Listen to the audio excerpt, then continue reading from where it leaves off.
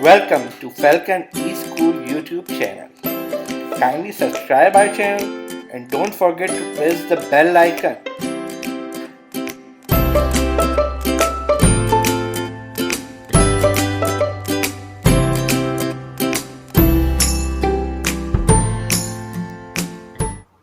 अस्सलाम वालेकुम स्टूडेंट्स।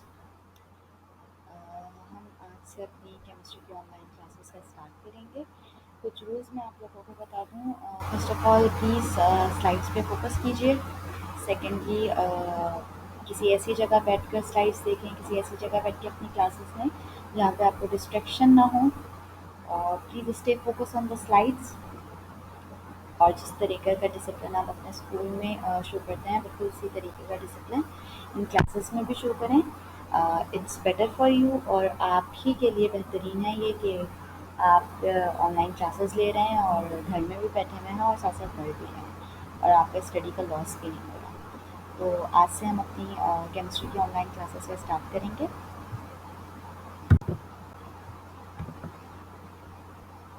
सो आज हम स्टार्ट करेंगे अपना chapter 1 of chemistry, that is introduction to chemistry, जिसमें हम 5 टॉपिक्स कवर करेंगे। That is first topic is chemistry and its importance. The second topic is landmarks in the history of chemistry. इसका मतलब ये हुआ कि हमने केमिस्ट्री की डेवलपमेंट को 3 पीरियड्स में डिवाइड कर दिया। That is the Greek period, the Muslim period and the modern period. Third हमारा जो टॉपिक है वो है केमिस्ट्री एंड सोसाइटी। मतलब केमिस्ट्री और सोसाइटी का आपस में क्या रिलेशनशिप है, केमिस्ट्री कैसे अपना रोल अदा करती है सोसाइटी की बेटरमेंट के लिए।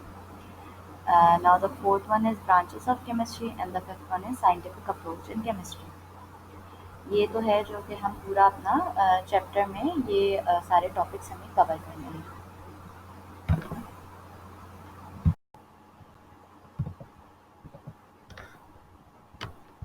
हम अपना लेक्चर स्टार्ट करते हैं with the definition of chemistry. So what is chemistry?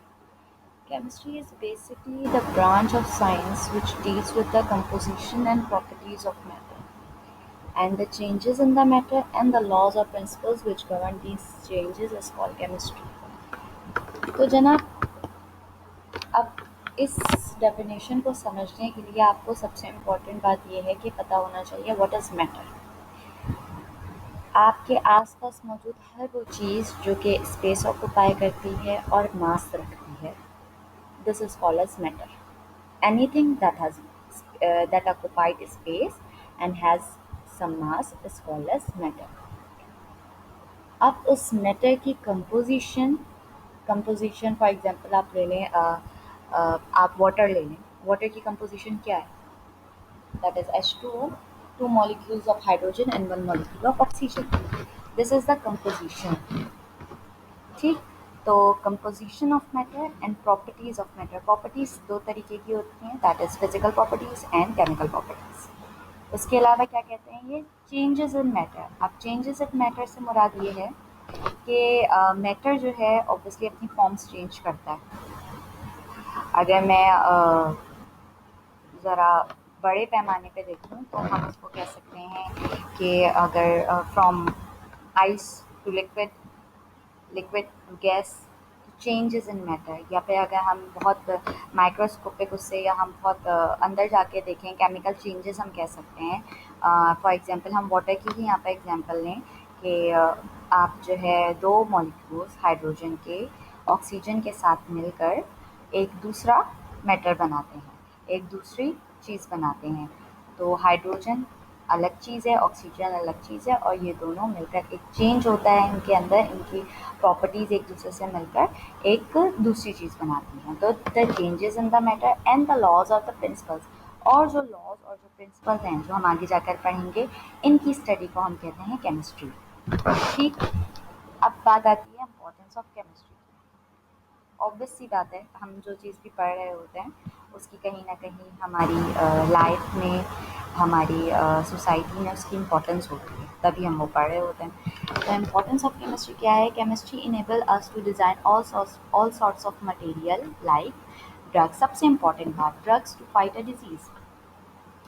आप में से बहुत सारे लोगों को ये बात नहीं पता होगी कि केमिस्ट्री एक्चुअली में जो हम ड्रग्स बनाते हैं, जो मेडिसिन्स हम बनाते हैं टू फाइट द डिजीज़ेज़, वो मेडिसिन्स जो है उनका उनकी जो शुरुआत है वो केमिस्ट्री की वजह से होती है। उनके जो केमिकल नेचर है, उनकी जो केमिकल रिएक्टिविटी है, उसको केमिस्ट्री की वजह से उनको पहचानने के बाद हम उनके मॉलिक्यूल्स पे और वर्क करते हैं, और फिर उनके मॉलिक्यूल्स पे वर्क करने के बाद हमें पता चलता है कि ये केमिकल या ये मॉलिक्यूल किस डिज़ीज़ से फाइट करने के लिए हमें यूज़फुल है। ठीक, पॉइंट 1 ये हो गया। Second point is pesticides to protect our crops and health. वही बात, हम जो हमारी जो पेस्टिसाइड्स होते हैं, जो कि हमारी फसलों को कीड़े मकोड़ों से और बहुत सारी चीज़ों से बचाने के लिए काम आते हैं। पेस्टिसाइड्स जो हम यूज़ करते हैं, वो उनके लिए भी केमिस्ट्री ज़रूरी है, क्योंकि हम केमिस्ट्री के थ्रू वर्क करते हैं, एक्सपेरिमेंट्स करते हैं, हम केमिकल्स बनाते हैं केमिस्ट्री के थ्रू, और फिर जो है वो केमिकल्स यूज़फुल होते हैं to protect our crops.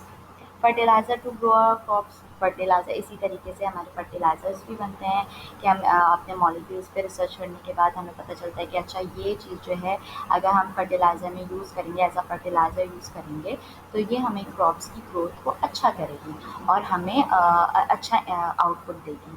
Fuels for transportation, gas, CNG है आपका ऑयल है, दे आर ऑल्सो ऑब्वियसली इन पे वर्क होता है।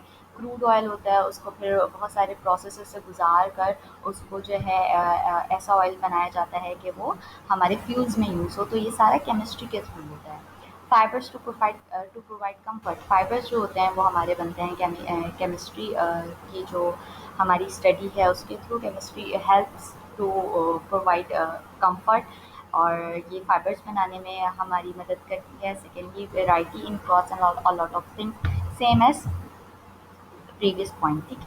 तो फाइबर्स प्रोवाइड कंफर्ट है, इसी की तरह क्लोथ्स बनाने में भी हमारी हेल्पफुल होती है, क्योंकि इन सब में जो केमिकल्स यूज़ हो रहे होते हैं, जो सोल्यूशन यूज़ हो रहे होते हैं फॉर कलरिंग, और फाइबर्स को स्ट्रेथन करने के लिए जो सोल्यूशन यूज़ हो रहे होते हैं, वो सब जो केमिकल्स हैं, वो ऑब्वियसली हम जब केमिस्ट्री को स्टडी करेंगे तभी हमें पता चलेगा कि कौन सा केमिकल किस चीज़ के लिए यूज़ हो रहा है। It also help us to know about the nature of our environment and about ourselves selves. And the last point is the theories of the chemistry help us to understand the material world from tiny atom to giant galaxies. यही बात जब हम आगे पढ़ेंगे कि from the very टिनी atom, और उस वो टिनी एटम भी नहीं, उस टिनी एटम के अंदर जो आपके इलेक्ट्रॉन्स, प्रोटॉन्स और न्यूट्रॉन्स मौजूद हैं, उस तक की स्टडी हम केमिस्ट्री के थ्रू कर सकते हैं। और ना सिर्फ वो टिनी एटम की, बल्कि जाइंट गैलेक्सीज, जो यूनिवर्स है उसके अंदर जितनी मिल्की वेज हैं, जो गैलेक्सीज हैं, उनकी स्टडी भी हमारी जो है केमिस्ट्री के थ्रू हम कर सकते हैं। केमिस्ट्री इनेबल करती है हमें कि हम इन सारी चीज़ों को पढ़ सकें, इन सारी चीज़ों को जान सकें।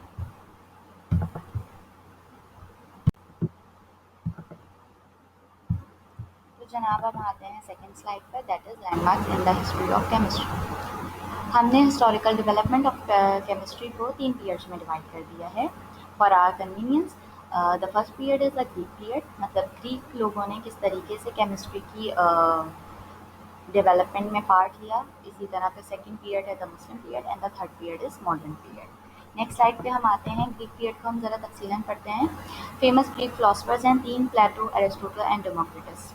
अच्छा, इन तीनों को हम ज़रा कलेक्टिवली पढ़ लेते हैं कि बेसिकली इनका क्या कंट्रीब्यूशन है towards the development of chemistry.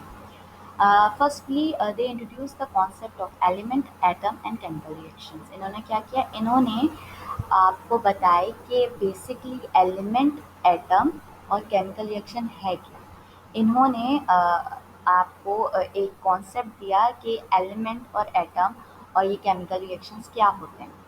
Secondly, इनका क्या मानना था, इनका मानना ये था कि तमाम दुनिया में मौजूद तमाम मैटर जो कि स्पेस ऑक्यूपाई करते हैं और दे हैव सम मास, वो सब 4 एलिमेंट से आए हैं, that is earth, air, fire and water. ज़मीन, हवा, आग और पानी। अब ये 4 एलिमेंट जो हैं, इनकी अपनी अपनी प्रॉपर्टीज़ हैं। that is dry, hot, cold, and wet. According to them, fire was hot and dry, earth was cold and dry, water was cold and wet, and air was hot and wet.